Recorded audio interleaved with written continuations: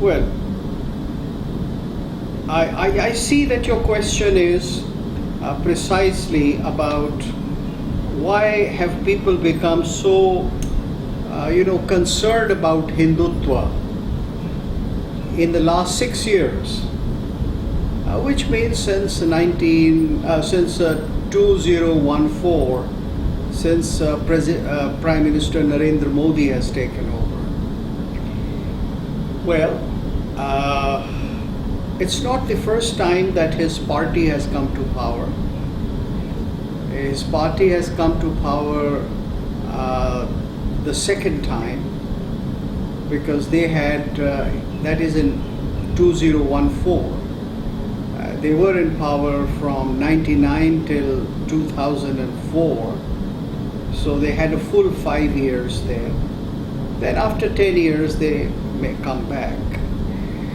Now, it all depends upon whom do you call the people, as to who are the people concerned. You see, there are people in India, they have a very different perspective on the rise of BJP.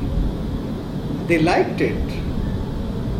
They liked his first 5 years. That's why they gave him a better mandate in 2019.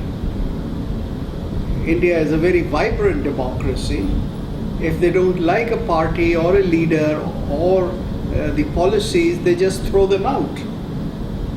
So there was no compulsion here. It was all very free election.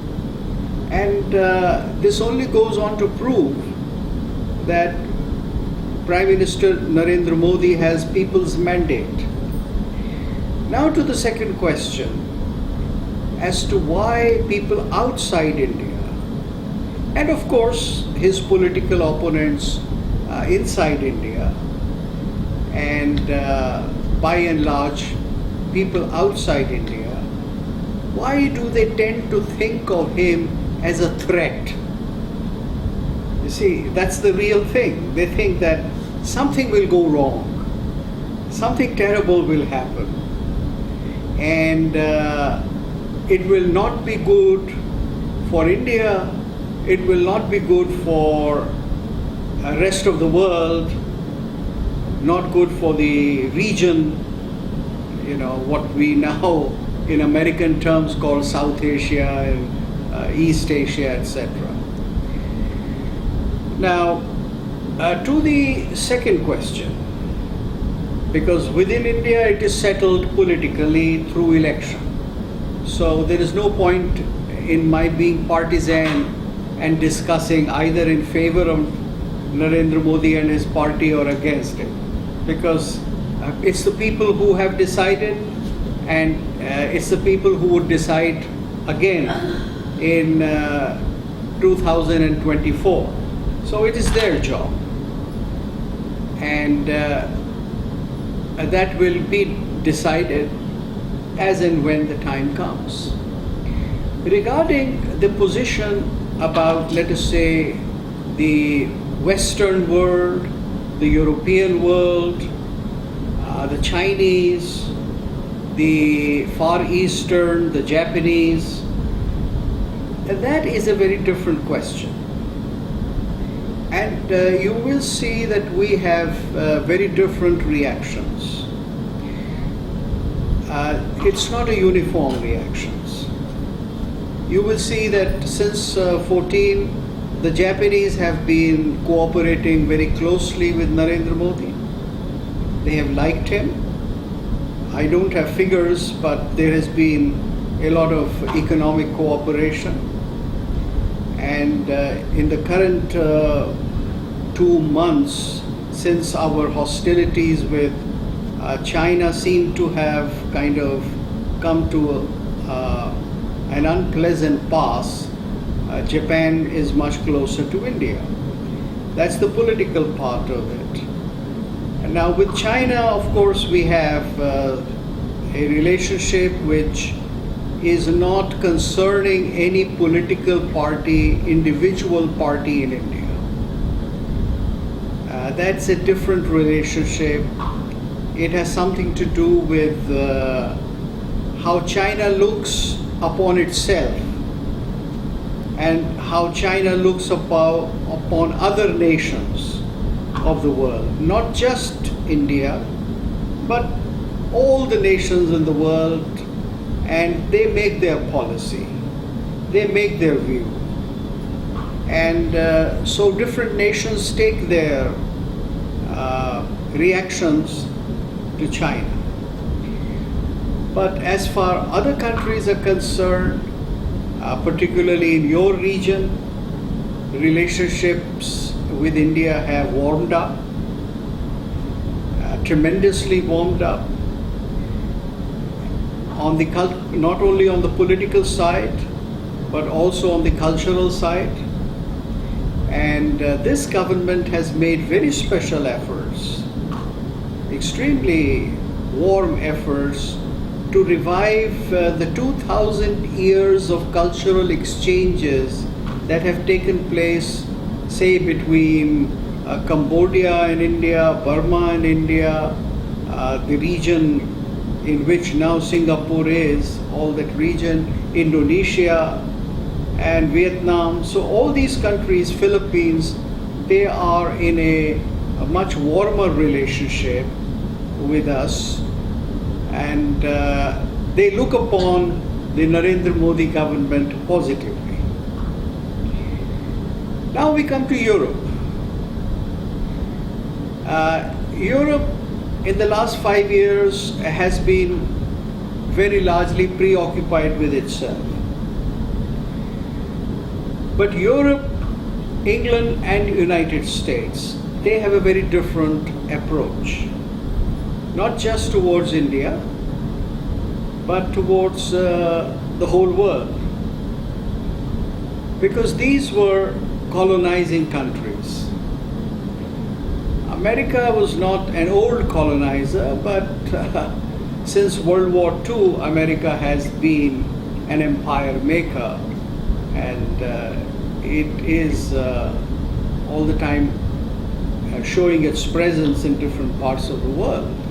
So these are countries that in the past, during the colonial period, have been governing, and they have a view of the people. So talking about the people of Indian subcontinent,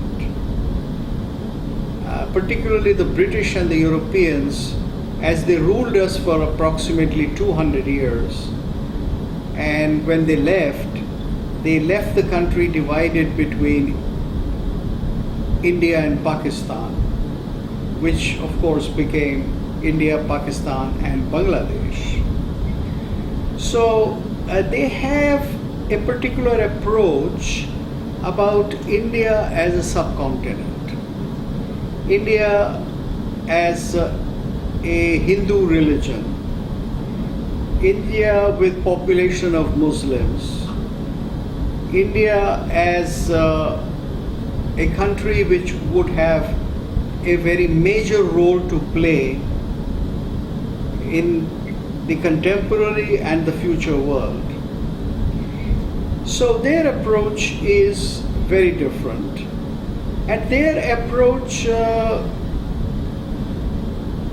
seems to be that India is a country which is now needlessly asserting itself to become Hindu. That it should stay as it was, let us say, in 1950, at the time when Jawaharlal Nehru ruled it, when the Constitution of India was made, and when India started as a democracy, and India had a particular approach towards balancing between its different kinds of people. Now, they want a perpetuation of that 1950 situation. And they feel that the changes that have taken place in India are going to make a very different India. In this, the what they call rise of Hindutva is something unwelcome. Now, I'm saying this not about every American or every British or every European, but I'm talking largely about the average, well-informed, and I would even say colonial-minded Westerner, that they would like it to stay back in 1950. Now, what do I mean by that? What I mean by that is that when England was governing us, they had a certain view of India, that India was inhabited by people of different social hierarchies, languages, this and that, but broadly they would divide it. They thought of us as Hindus and Muslims. And soon after it became clear that India would one day would have to be set free at whatever time, and I think it became clear somewhere around 1920 and 25. Then they made a plan of dividing India. Now, many people don't know this, or rather, they of course know, but they don't emphasize it enough, that they thought of dividing India along the same model which they had followed for dividing Greece and Turkey. They settled the conflict between Greece and Turkey by asking all the Christians in Turkey to come over to the Greek mainland, the present-day Greece, and all the Muslims to go to the present-day Turkey. There was a parallel, because it was only in 1252 that the Seleucid Turks had come from Central Asia and occupied this whole land and made it part of the Ottoman Empire. And this whole land, which is today Greece and Turkey, was actually Greece. So after nearly 400 years of their rule, when Greece had asserted its independence, the question was how to make these two nations. And they said, well, let there be division and let there be transfer of population. Now, since the turn of the century, in India also, the same question came up.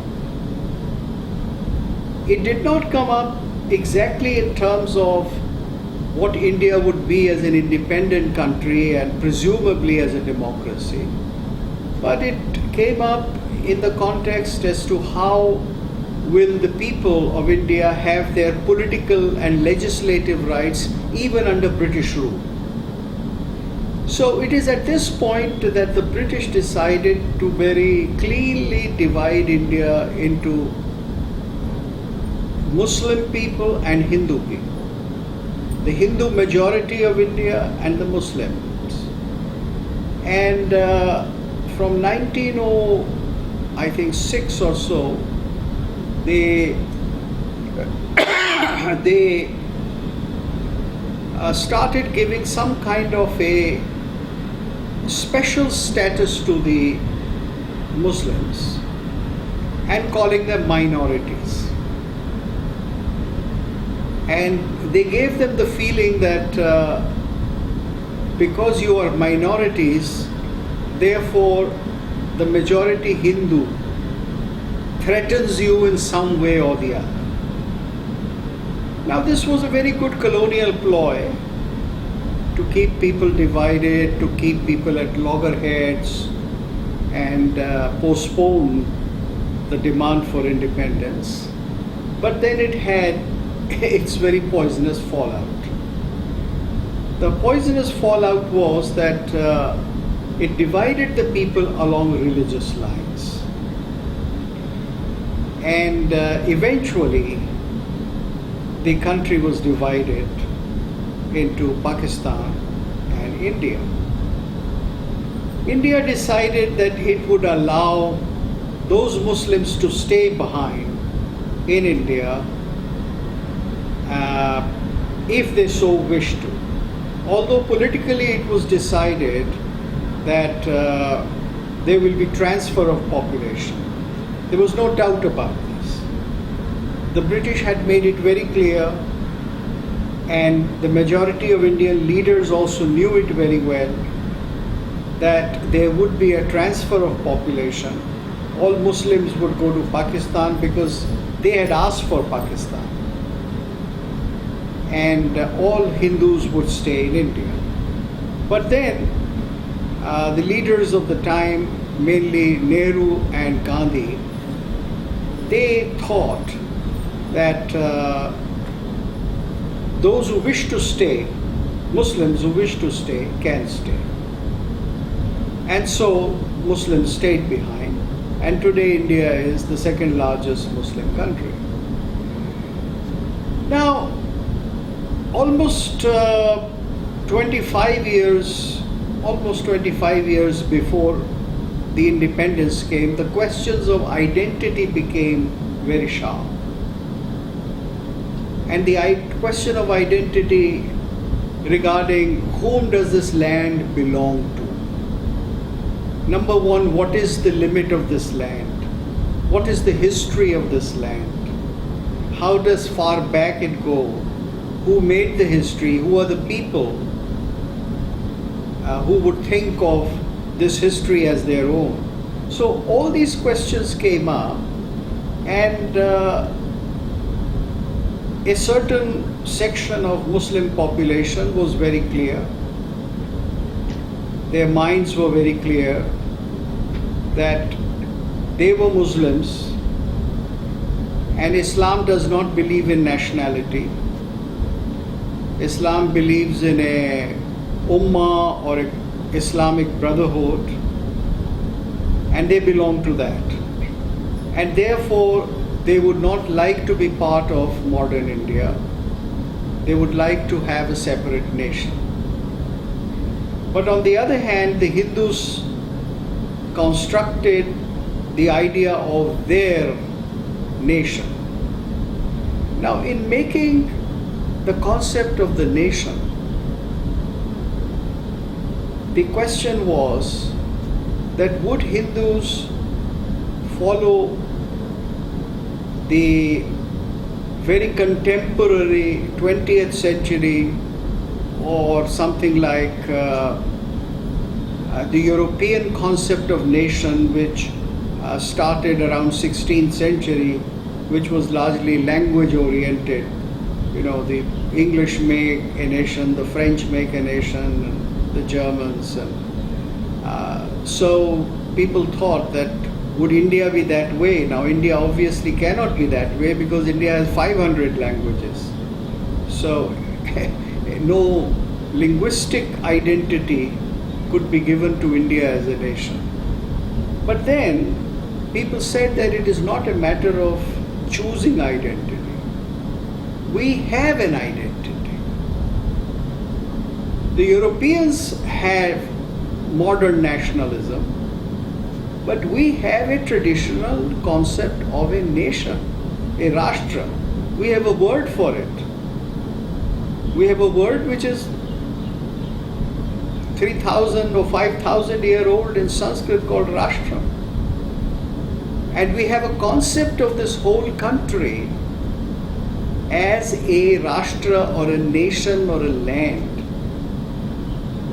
And the oldest text of India, which some people think is the oldest text of humankind, the Rig Veda, that has a clear line, a very clear line and a very clear mention, not just one mention, but several mentions about India as a people.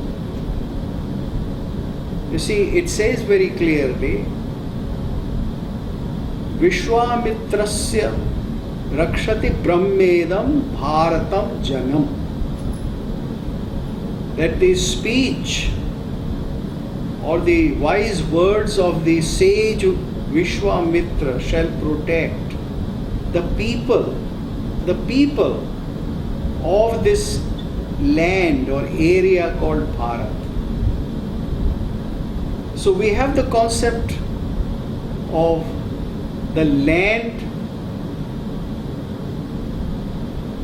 marked out as a territory for a people. The Bharat is its name and it has people. Now this is the first text. Now if I were to give you examples from other texts which followed, then that would be a lecture of a couple of hours if I go on quoting the different texts. But there is not one, but dozens of texts which talk about India as a nation, as a cultural unity, as a land of holy rivers, as a land of holy mountains, as a people, as a land of people who inherit a very great tradition, who belong to great diversities, who have many languages, who have many religions, who have many ways of philosophical understanding, but yet who live together. So right from the Himalayas to the southern sea, right from almost the land of Burma till the present day Iran, you see, not just Pakistan present day, but right up to Iran, there is this land, and that land has been mentioned. So many people started writing about it, dozens of people started writing about it, and they said that this land has a cultural consciousness. It has had many kinds of governments, monarchies, because monarchy was the dominant form of government in the world, and sometimes the monarchs were great emperors also, and India has had many dynasties of emperors. So political unity has been there for some time in some area, but the cultural unity has always been there. Now this is very difficult for, let us say, a modern European to understand, because they have the concept of Christendom. Let us say medieval Europe had the concept of Christendom, or the Byzantine Empire was a Christian empire. And the Muslims have the concept of an Islamic empire, the Ottoman Empire, which extended right up to Spain. But they do not have the concept, no other nation, I don't know that much about China, but no other nation in the world has this very clear concept of a nation which compromises of a culture, a common culture in which religion or religious diversity exists, and that religious diversity is accepted. It is not the cornerstone of the national identity. It is a constantly evolving thing. So this was put up, this idea, it became very formalized, and it was formalized especially in a single book by a very brilliant intellectual called Damodar Das Savarkar. In 1925 he published this book, and he used the word for this culture only the political side of Hinduism. And Hinduism is not merely a religion. Hinduism is a whole culture, a whole practice, a whole set of beliefs, a whole set of metaphysical, social ways of thinking and practicing. It's a total wholeness. that has been there. That is Hinduism. Now, to give it a political identity, they said that those who are Hindus, those who belong to this for last maybe 5,000 or 6,000, whatever way you do the dating of history, they are the people who believe in this culture. And if they believe in the Sanskriti or this culture, if they believe that this is a holy land, holy in the sense that it is not just for my material benefit, but that I have a spiritual relationship with it, and if it is my motherland. So this idea was developed and it was formally called Hindutva. So I've given you a definition. So the question then arose, what about those people who did not initially belong, whose religion did not initially belong to India, the Muslims and the Christians? And it was believed by Savarkar, one who propounded Hindutva, that these people, if they do not feel that they are outsiders, if they feel that this is their motherland, because they are all born here, they didn't come from outside. Only some people came from outside with invading armies and religion and others, but all the Muslims in India in the 20th century or now the 21st century were born here. So if they think that this is their motherland, if they think that this is a pious, holy place, a spiritual place, and if they think that they can be committed to it, then they are like Hindus. Culturally, they are Hindus as well. But if they say that no, we don't belong here, we are outsiders, we need a special corner for ourselves, then it's a different situation. It's a situation of some kind of a division which cannot be acceptable. So what Savarkar did when he defined Hindutva was he wedded the modern sense of a political territory to the concept of a motherland or a fatherland. Now, there is no need to get very excited with the mention of the word fatherland, because Hitler used it. Well, so many other people use it. The Greeks use it. They call it, their country, they call it Patrida. In modern Greek, it's called Patrida. And in ancient Greek, it is the same. It's my land of my fathers. It's not a modern concept for the Greeks either. It's an ancient concept. You find it in Socrates and Plato and other writers. The belonging to a place, belonging to a land, and being committed to it. So this is how the notion of Hindutva was, or Hinduism was formulated.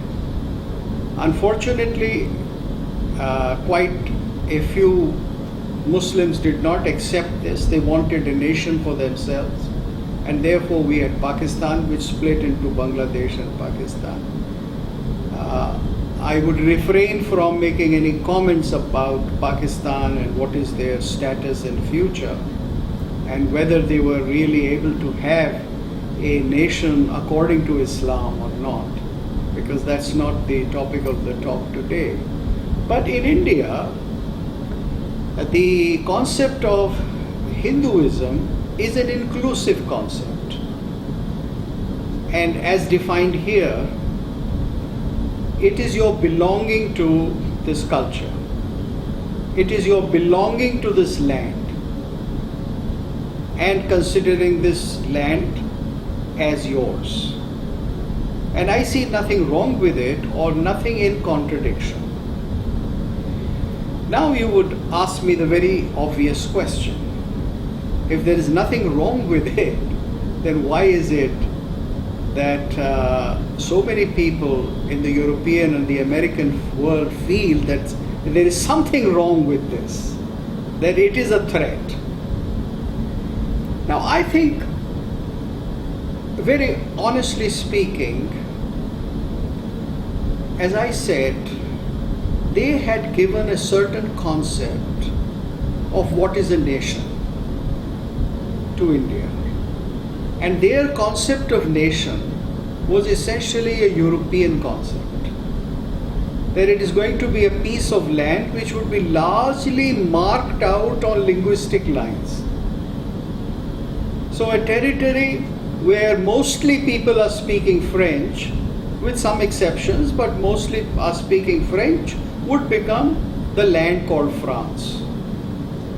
And a country earlier called Prussia, where people are mostly speaking German, would become Germany. So there would be unification on linguistic lines. Bismarck did it, and what did he do? He put all those people who spoke German together, and that was. Now in India, that is not important at all, because we have so many aspects of our culture that we cannot isolate either language or religion or political belief or color of the skin or our anthropological features. None of these things can be isolated, and there is no need for it, because for known history of more than 5,000 years, 6,000 to 7,000 years now, we have lived with the consciousness of a people who keep on exchanging all these linguistic and other cultural aspects to make a common identity and to feel that identity. And that evidence of commonness is found in thousands and thousands of books in various Indian languages. It's not a concoction of Savarkar or me or anybody else. That exists. When you read somebody who wrote his poetry 400 years or 500 years, then you have that. And the practice that Indians have considered far off corners of their land as significant, as holy, as important. For instance, I'll give you a very simple example. I am a Hindu. Now there are 4 sites which are absolutely holy for me. Holy in the sense that they are not like Makkah or they are not like Jerusalem where somebody was born. But they are important areas, important sacred sites. In the south there is Rameshwaram. In the north, there is Badrika ashram. Then there is Puri in the east and another Puri in the west. Now these are holy sites, and I as a Hindu would like to visit them at least once in lifetime. I would like to go and pay my sacred feelings there, pay my respect to the deities, to the land, to the area there. And thousands of people, they come and do it. They have been doing it for thousands of years. There are so many sacred places in India to which people come from all different parts of the country. And the idea of making a particular shrine or idea of making a particular hill or a hilltop or a cave as holy because some holy man lived there was shared and practiced by Muslims and Christians also when they brought in their religion into India. And we have these sacred sites for Muslims and Christians to which one Muslim from a far off part of India also travels. So this characteristic is a cultural characteristic. It's not defined according to a commandment. It's not religious. Now, that kind of unity is something that people are living. That kind of unity is something that people are feeling. and that makes the nation. Where lies the difference? And where lies the difference of opinion? The difference of opinion is that Hindus and Muslims, also the right-thinking Muslims, at least those Muslims who don't believe in jihad or who don't believe in a Khalifa for the whole Muslim world, or those Christians who don't believe in Christendom, the Muslims who believe in nation, and the Hindus, they want that this land should not be nibbled away. It should not be further divided.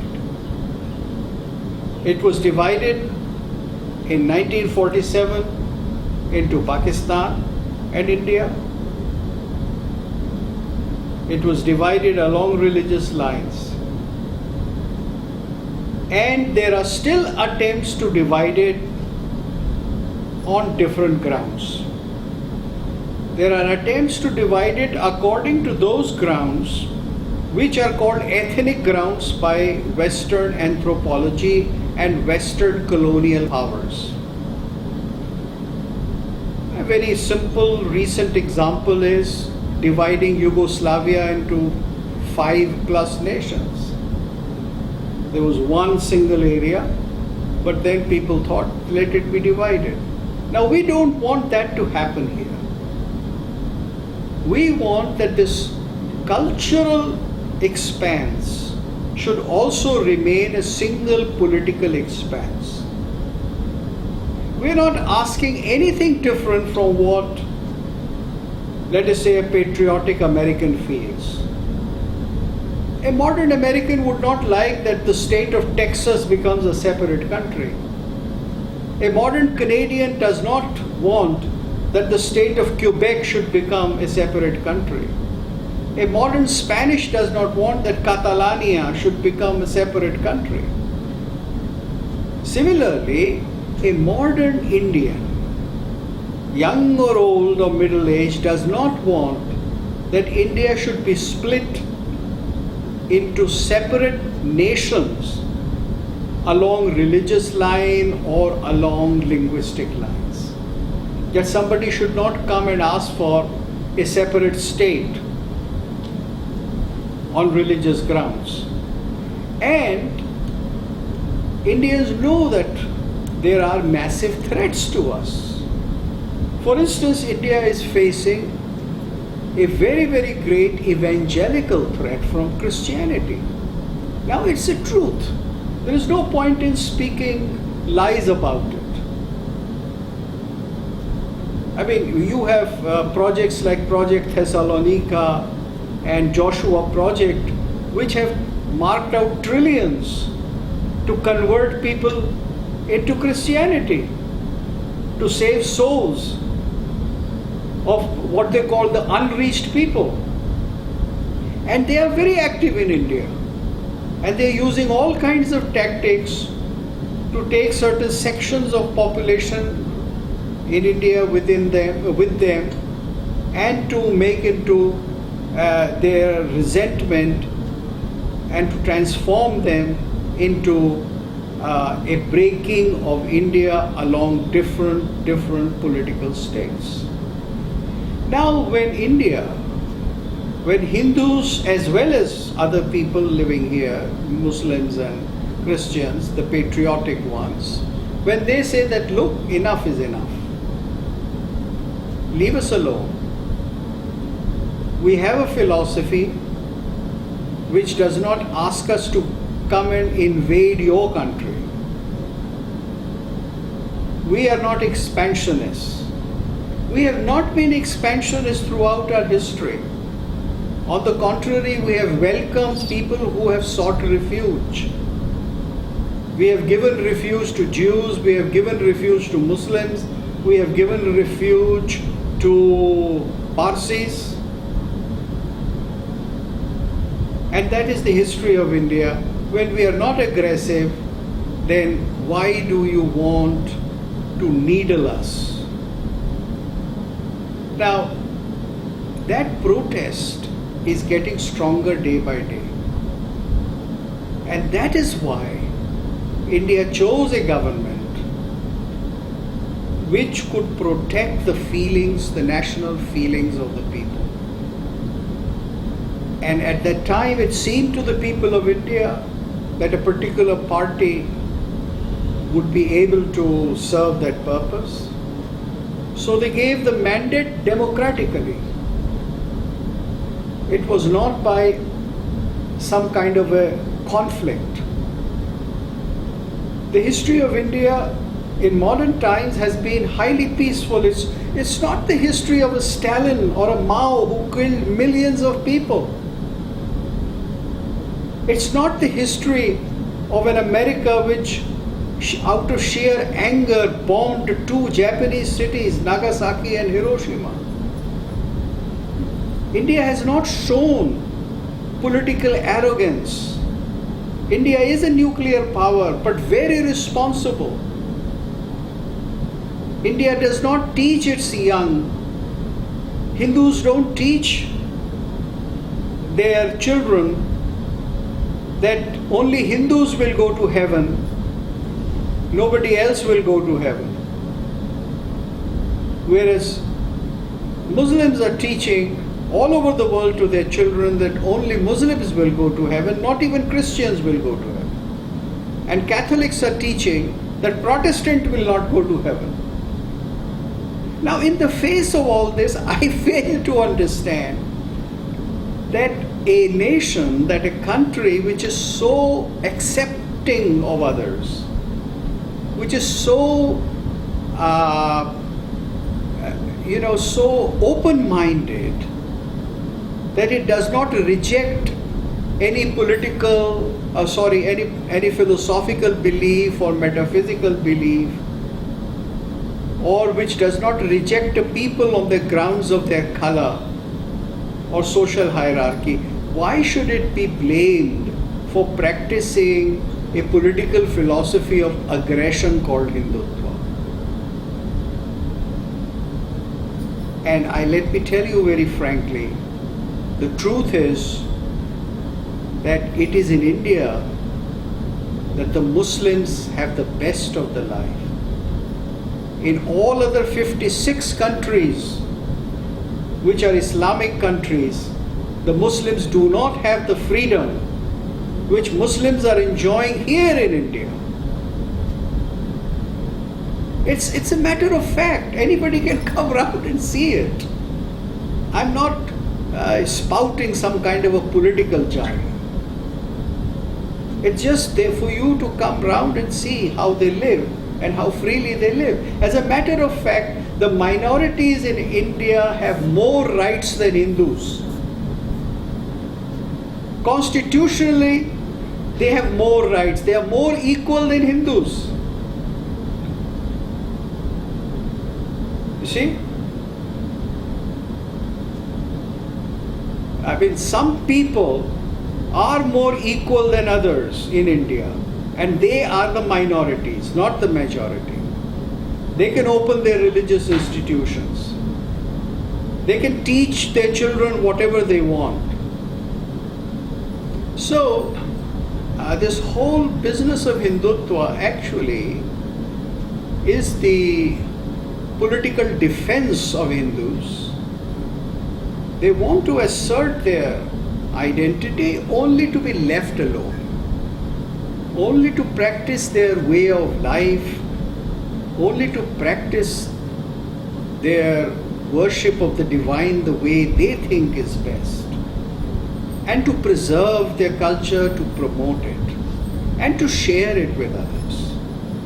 In last 100 years, Hindus have been the most cooperative, creative, and progressive immigrants anywhere in the world. They have caused the least conflict. They have caused no conflict, as a matter of fact. They have contributed to the prosperity of United States, to the prosperity of Australia, England, Europe. Wherever they are, Hindus, they have contributed in every creative manner possible. Now, with all that evidence, if you still say that there is a threat called Hindutva, then I can only say that there is a threat in your mind against Hindus. For all those who complain about Hindutva, I always suspect them that there is something that I should watch, that they are really laying something upon me which they have in their deep hearts against me. And if you see it this way, then you will see the truth. The conflicts that happen, the religious conflicts or some riots that happen in India, they are nothing different from what happens in the United States. I mean, we have a record of horrible racial riots in America. In India, we have given the highest place to, I mean, there has been a president of India, a Muslim president of India. America has chosen a half black as American, but they have not been able to make a woman president so far. And I don't see any woman in sight who would ever be a president. And there was one lady who thought that she could fight for the president's place, but she was dragged into mud because she was a Hindu. So you can see the prejudice in the minds of the Christian orthodoxy against Hinduism, which is part of the colonial project and which is part of the Christian theology. You see, this whole fight about color, in Indian theology, in Indian religious book, black is beautiful. All our major gods are black. They are dark. And there is no ancient Indian text which describes fairness as a mark of beauty. So many great, beautiful women in Indian history have been very, very dark. So you can't blame us of religious or cultural prejudice against color. As a matter of fact, the truth is that prejudice against color comes from Christianity. Because in the Christian chain of being, that is from God to Satan, the dark man, the black man is at a lower level of existence than the white man. Fairness is considered there as superior in the chain of being.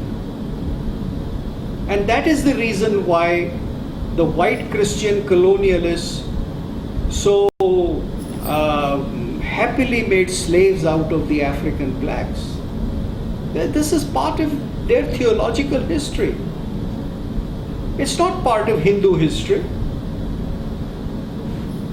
In India, we never condemned anybody or belittled anybody because he or she was dark.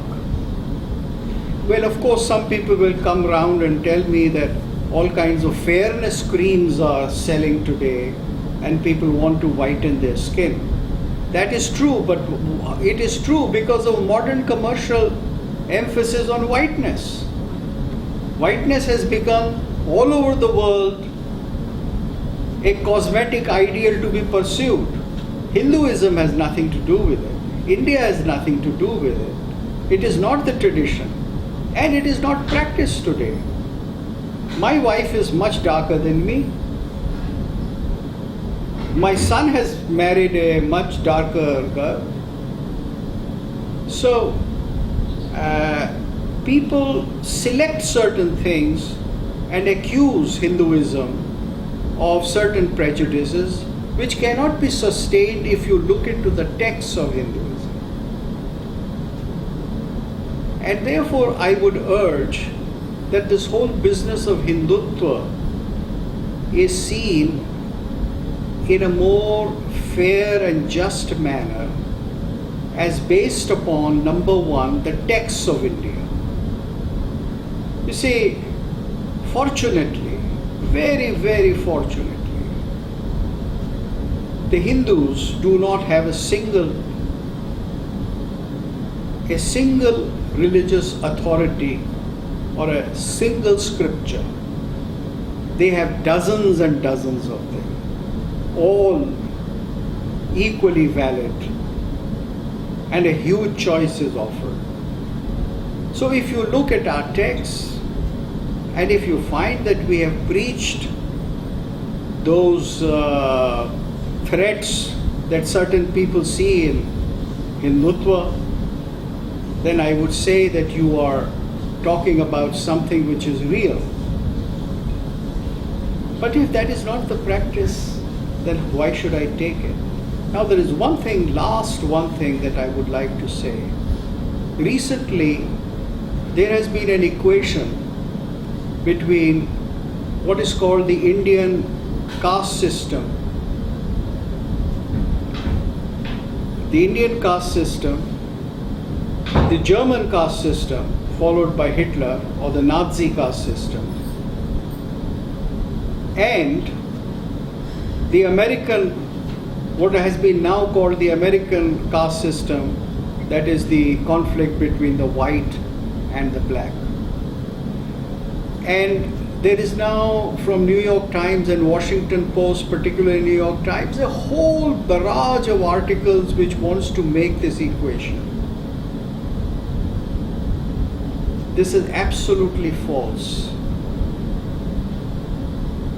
In India, the caste system, the caste hierarchy, is not something which can be equated with race or with color.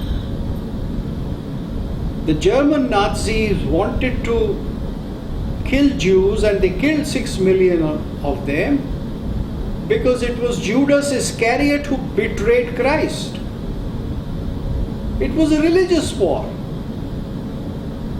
In India, we have not killed anybody because he belonged to a different religion. Throughout our history, you do not find religious wars here. You only find political wars here. Kings invaded each other politically. And the codes of conduct of war were very, very humane in India, right from the very ancient times.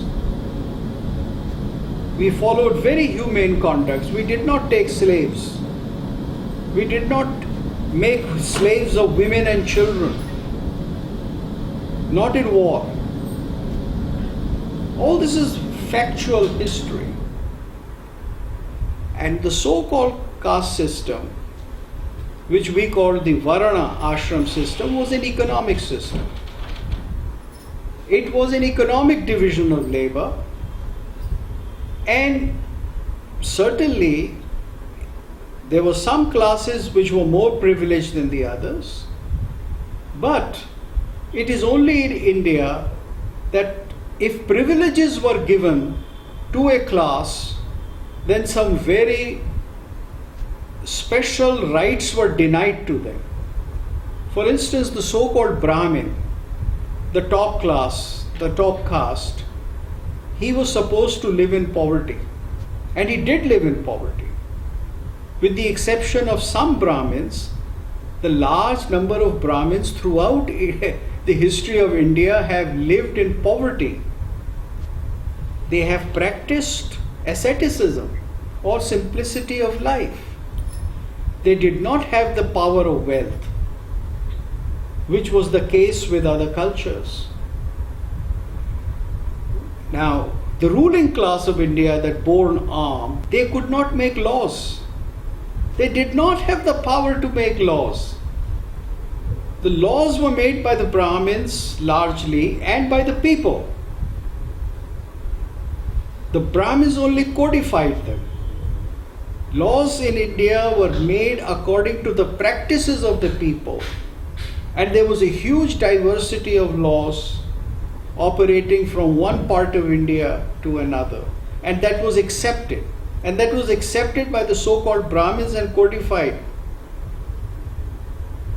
So there was no oppression of hierarchy here. And the wealthy classes in India, they were the ones who were supposed to provide not only taxation, but they were supposed to provide money for welfare. And the so-called lowest classes,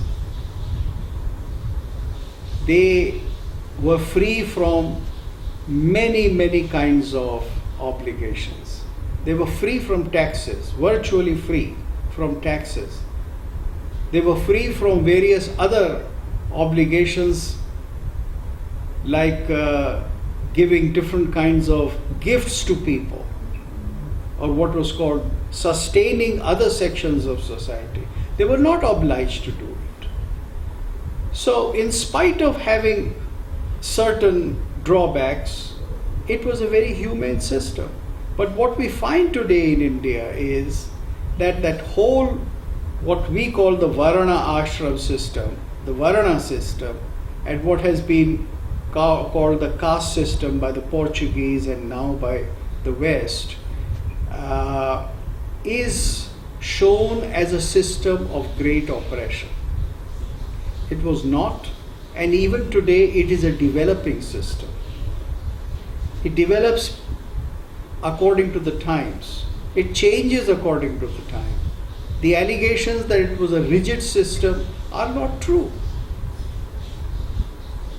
People from one class or caste, they are going into all kinds of professions today as they were going earlier. This was true earlier also. It was not a system which was made into boxes and you were not allowed to come out of boxes. Now, on the whole, India, the Hindu majority India, and I feel no shame in saying that we are a Hindu majority nation. Constitutionally, we are a secular nation in the sense that the state or the government does not profess a religion or favor a particular religion. So we are secular in that sense. But we are a set of people who value moral, ethical, spiritual and religious practices, who value righteousness, who value dharma. So we are a dharmic state. And our dharmic state is the same as a secular state because it does not favor any particular section of people. And so I see that this kind of a phobia which has been created about Hinduism is entirely a political projection. It's mostly a projection by those powers who want to infiltrate into India either for evangelical reasons, Islamic or Christian, or they want to infiltrate into India for consumerists or some kind of an adventurist capitalism. And they want that there should be an indirect colonialism that comes back, that they should be able to dominate indirectly. And because the Hindu people, they are now aware of their special position in history and of their belongingness to the land, they are talking back. So Hindutva is Hinduism that talks back. Thank you very much. Professor, you have put together such a compelling narrative. Well, To understand it. I find it very hard to disagree with anything you have said. well, several people will disagree. They have their whole narrative of how we are oppressing the Muslims. Now, you know that in India, thousands and thousands of temples were broken. And great centers of learning, the universities, were all demolished in the name of Islam. Now, if some people today don't want to accept that as part of reality, and if they are resenting today that Hindus demolished one mosque called the Babari Mosque, because that mosque was made forcibly by destroying a temple. If Hindus reclaimed one single site holy to them, then they committed a great crime. At the same time, you have people who are openly boasting that they have taken back the Hagia Sophia. They say that because we had conquered that church and made it into a mosque, it is now our right to make it into a mosque again. Now you can compare the two positions. Hindus have only taken back what belonged to them. They have not taken back a church. And even a church, as a matter of fact, was built by breaking an Olympic temple. Hindus have never broken anybody's temple. They have never occupied anybody's site because they don't think that religion is a matter of conquering. That you can conquer anybody's mind. You can only engage somebody's mind and at best convince him or her to your point of view through discussion, through argument. That has been the textual, the practical position of Hindus, and that is still the position of Hindutva. Professor, in every religion, in every culture, there are always people who take it beyond. Yes, but then there are unfortunately some religions in which the texts of the religion, they preach proselytization. Yes. They preach invasion. None of the Hindu text does it. And there is not just one Bible or one Holy Quran or one Zendavesta for Hindus. There are dozens and dozens. And none of them ever preaches invasion on religious, philosophic, or even cultural grounds. No, I agree with that. I'm just wondering whether by putting the primacy of Hinduism in India, would it create an environment which is more permissive for some small extremist elements? Could you repeat your question? So my question is, there will be some small segments of people who go beyond what is permitted. Oh, you mean among the Hindus? Among the Hindus, some extremist elements who Well, go beyond what is permitted. yes, I would say, I mean, your question is that are there no extremist Hindus? Are there not some people who go overboard? Now, I would say very, very few.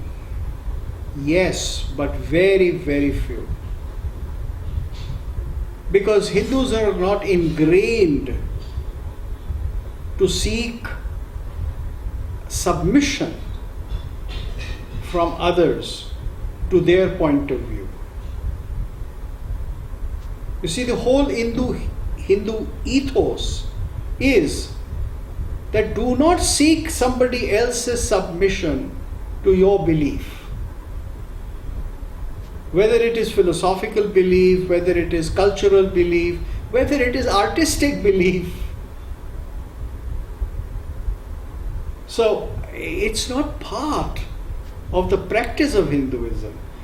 So there will be, yes, there will be, I do not deny, there will be some oddballs or there will be some sick people.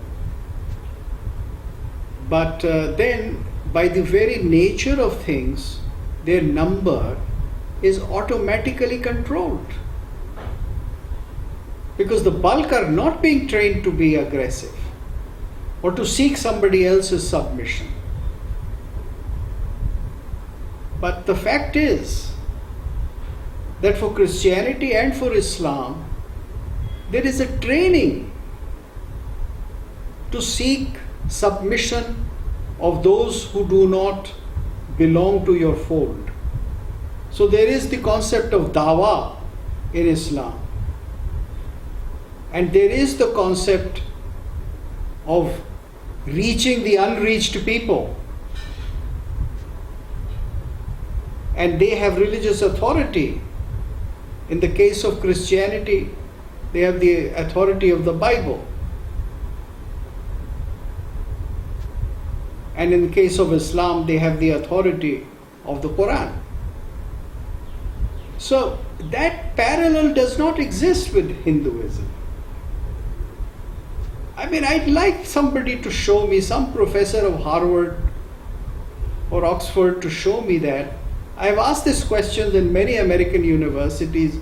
Whenever I go there to lectures, I ask these people that, please, you are supposedly endologists now, come out, show me a line where I am directed by this text to seek the submission of somebody else.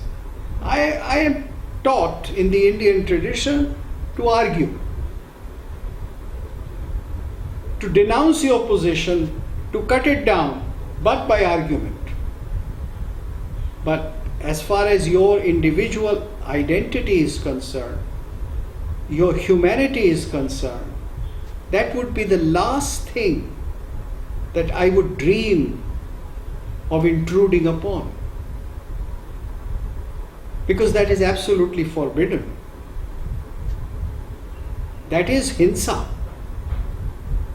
And I am preached by my text not to practice hinsa or violence. So, you see, there is, I think right now what is happening is that Hindus have only started to speak and they are being accused of being Hindutva. I'm wondering what will happen when millions of them really start speaking and asking for others to see them for what they are. But that day is not far, because times are such that Hindus will have to speak out and say that, look, this is what we are. We are not what you accuse us of being.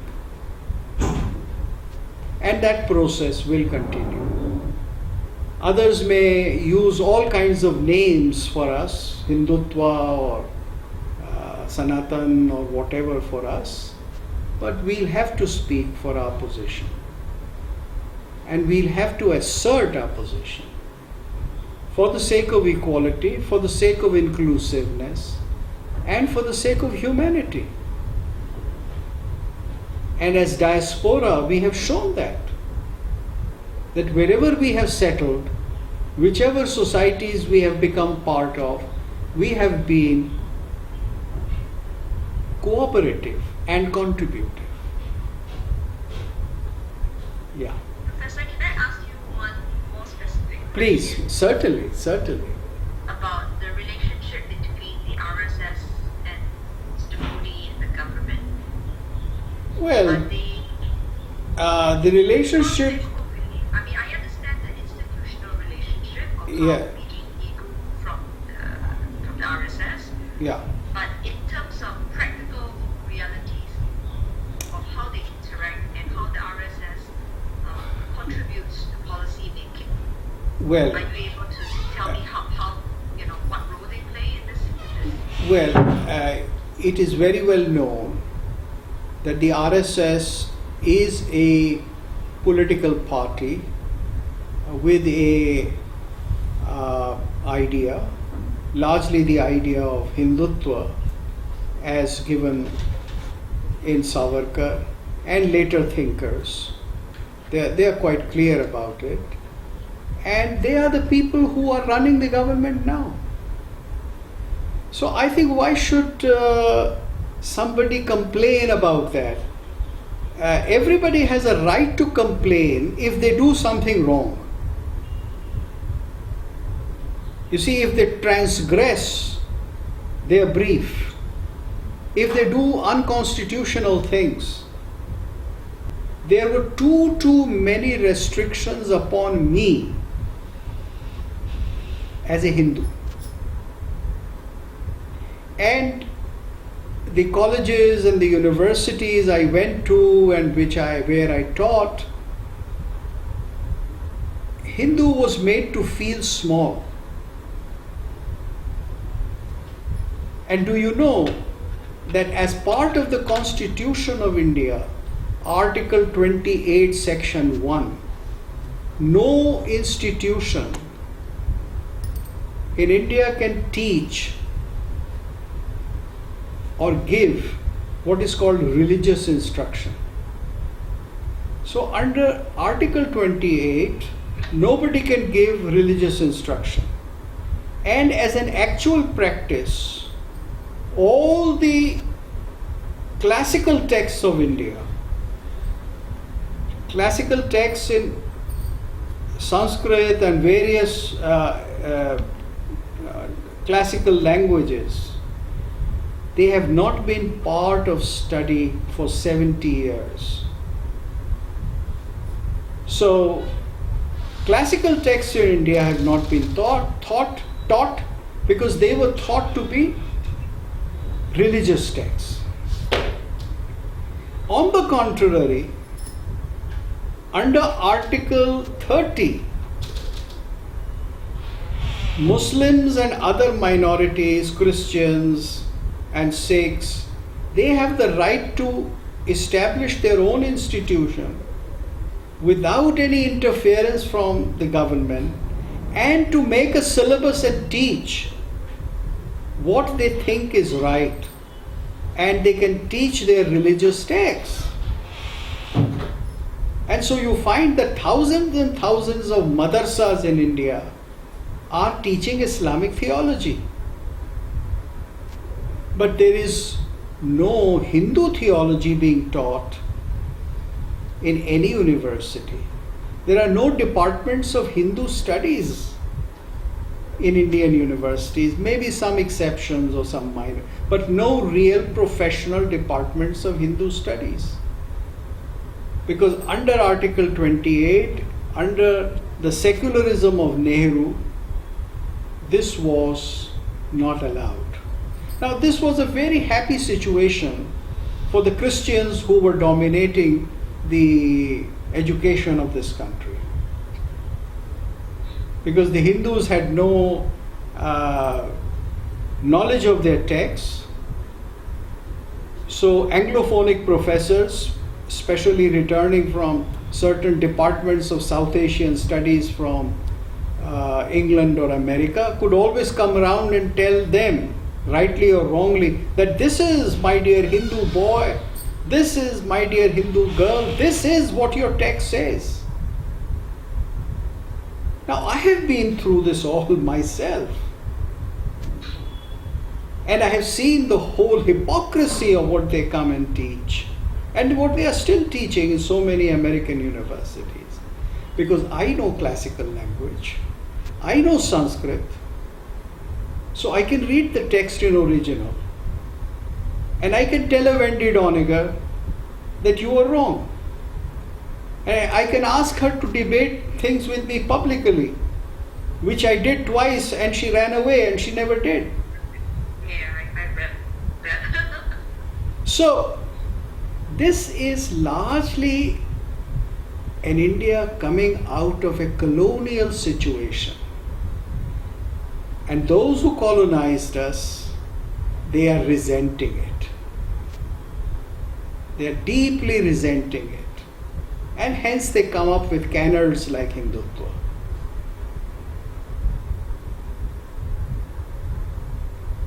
See, if you look at the history of mankind and at the history of civilization,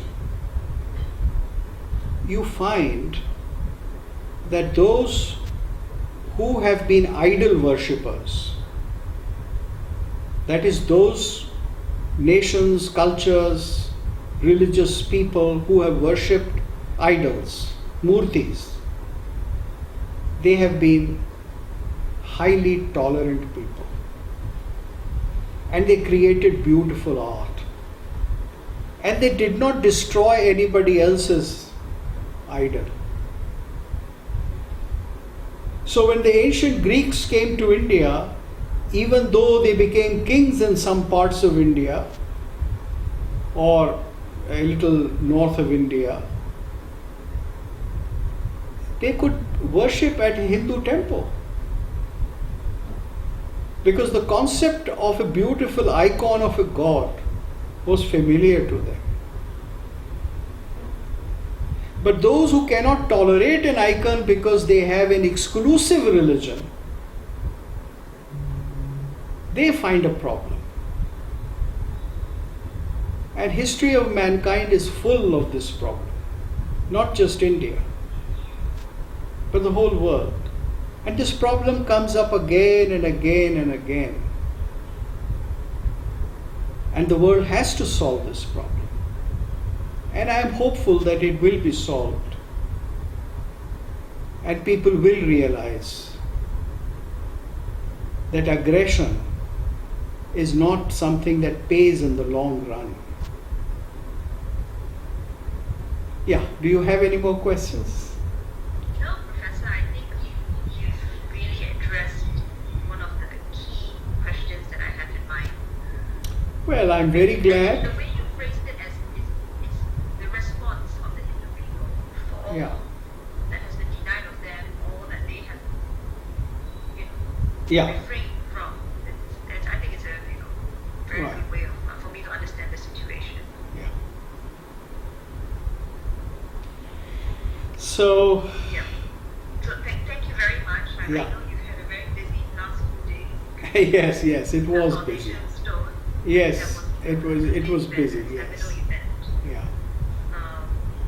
And I hope that with this perspective that I've garnered from you, that I look like this in a more balanced, in a more holistic. Well, I've given you a point of view, and it is through different points of view that we arrive at the truth. As has been said in Sanskrit, that it is through dialogue that you arrive at truth. No, I deeply appreciate that. Yeah. And for your honesty and your candor in sharing this, I appreciate that as well. Yeah. Professor. Right. So, anytime you come to Singapore in the future, I'll be very happy to meet you, and I'll certainly inform you. And I am hoping to come to Singapore next year. So I hope I'll have an opportunity of seeing you in person, not virtually as I'm seeing you now. All right. Be happy, be prosperous, and be well, healthy. Thank you very much. Bye-bye. Bye-bye. Bye-bye.